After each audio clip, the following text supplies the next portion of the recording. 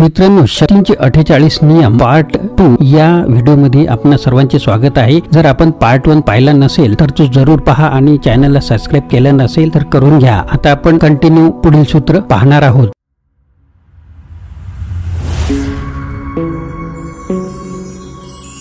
नमस्कार मित्रांनो, माझे नाव आनंद आहे आणि मराठी आनंद यूट्यूब चॅनल मध्ये आपणा सर्वांचे स्वागत आहे। सूत्र क्रमांक 13, मदत मागताना लोकांच्या स्वार्थाला याचना करा। हे तर निश्चित आहे की कधी ना कधी तुम्हाला मदतीची गरज पडेलच। जेव्हा जेव्हा तुम्ही असे कराल तेव्हा तुम्ही मागे केलेल्या चांगल्या कामाचा सहारा किंवा मदत कधीही घ्यायला नाही पाहिजे। खरं तर अशी गोष्ट त्यांच्या समोर ठेवा की इतरांनाही त्यांचा या गोष्टीमध्ये फायदा असेल, कारण असे केल्यास लोक मदत करण्यासाठी लवकर तयार होतात। जरी त्यांचा खरा फायदा त्यामध्ये होत नसेल, परंतु आपल्या विनंतीला असे फिरवायला पाहिजे की त्यामध्ये त्यांना फायदा दिसेल। सूत्र क्रमांक 14, मित्रासारखे वागा, हेरासारखे कार्य करा।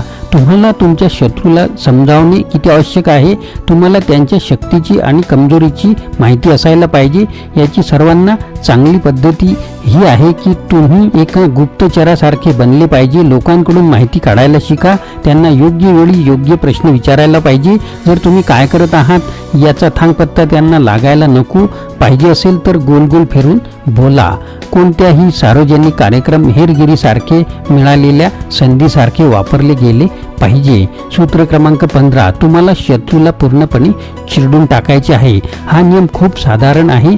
हे सुनिश्चित करा की तुम्हाला तुमचा शत्रू पूर्णपणे समाप्त झाला पाहिजे। तुम्हाला हे सुनिश्चित करायला पाहिजे की तुमचे शत्रू पूर्णपणे पिचले दबले गेले आहेत, नाहीतर ते पुन्हा उठून उभे राहतील आणि सूड बदला घेण्याचा प्रयत्न करतील। तुम्हाला या सूड घेण्याच्या धोक्यापासून वाचून राहिले पाहिजे। एकदा जर का तुम्ही तुमच्या शत्रूला दाबायला सुरुवात केली तर थांबायला नाही पाहिजे। त्यांना प्रतिहल्ला करण्याची कोणती संधी देऊ नका। सूत्र क्रमांक 16, आदर आणि मान सन्मान मिळवण्यासाठी अनुपस्थितीचा वापर करा। गूढ असण्याबद्दल देखील बरेच काही सांगता येते, जसे की लेखकांनी आपल्या अगोदरच्या नियमांमध्ये सांगितलेले आहे।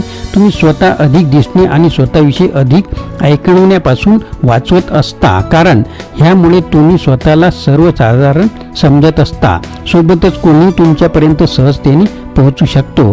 समाजापासून थोडं दूर राहा आणि तुम्हाला असं जाणवेल की लोक तुमच्याबद्दल उत्सुक असतील, बोलतील आणि विचार करतील की तुम्ही पुढे काय करत आहात। सूत्र क्रमांक 17, इतरांना निलंबित दहशतीखाली ठेवा, अनिश्चिततेच्या हवेची मशागल करा। मनुष्य आपल्या सवयींचा गुलाम आहे, तो सवयींपासून मजबूर आहे आणि त्याला इतरांच्या कामामध्ये डोकावण्याची लालसा सुद्धा असते। तुम्ही निश्चितता त्यांना तुम्हाला नियंत्रित ठेवण्याची जाणीव करून देते। बाजू बदला आणि जाणून बुजून अजाणतेपणा, काहीच माहीत नसल्यासारखे वागा।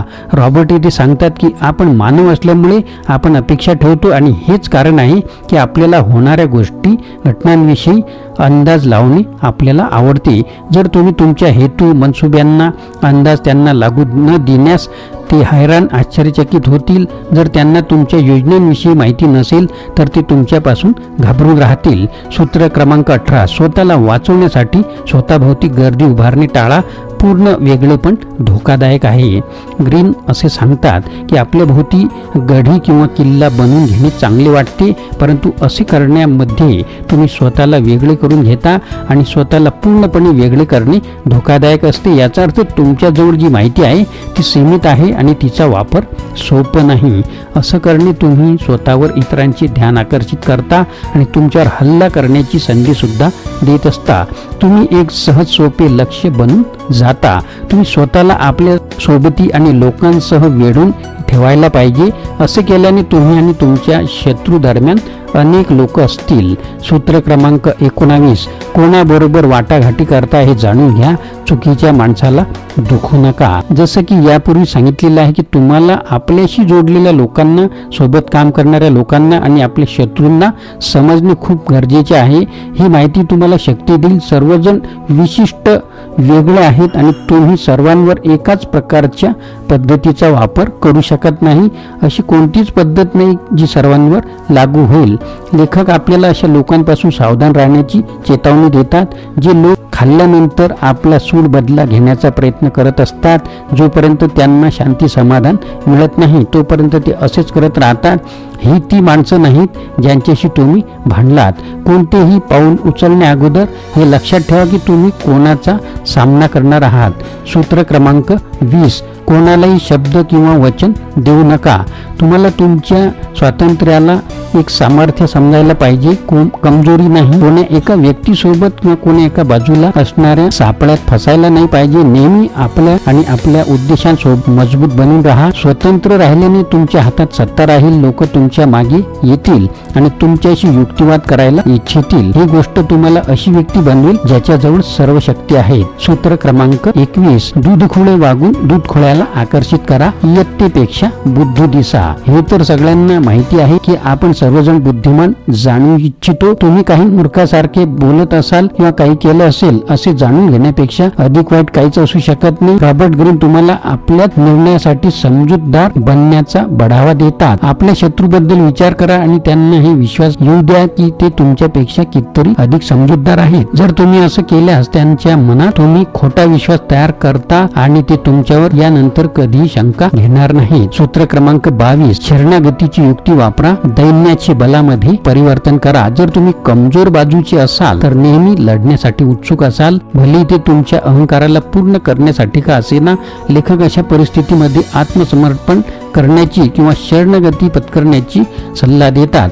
अशाने तुम्हाला पूर्ववत व्हायला वेळ मिळतो आणि अशी आशा असते की तुमच्या शत्रूची शक्ती संपलेली असेल आणि ते वेळेसोबत चिडचिडे संतप्त होतील.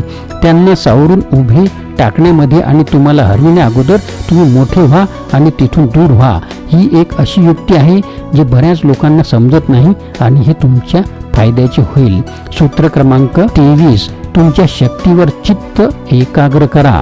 जर तुम्हाला पैशाने भरलेली एखादी खदान मिळाली आणि तुम्ही अधिकाधिक खोलवर खोदून काढली तर तुम्हाला जास्तीत जास्त पैसा मिळत जाईल. आणि जर तुम्ही खूपच कमी पैशाच्या अधिक वेगवेगळ्या खदानीमध्ये जात असाल तर तुम्हाला कमी यश मिळेल. विस्तार तीव्रतेला हरवतो आणि हेच तुम्हाला तुमच्या मनामध्ये ठेवायला पाहिजे. जेव्हा तुम्हाला शक्तीचे एखादे साधन मिळेल तर त्याला जाऊ द्यायला नाही पाहिजे आणि त्याचा मागोवा घेत राहायला पाहिजे. इतर कोणत्याही साधनाच्या मागे जाऊ नये जर पहिल्यापेक्षा उत्तम साधन तुमच्या समोर आहे.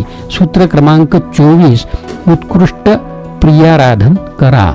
काही लोक फक्त अशाच जगात यशस्वी आहेत जेथे सर्व काही शक्ती, सत्ता आणि कौशल्याच्या आजूबाजूला फिरत असते.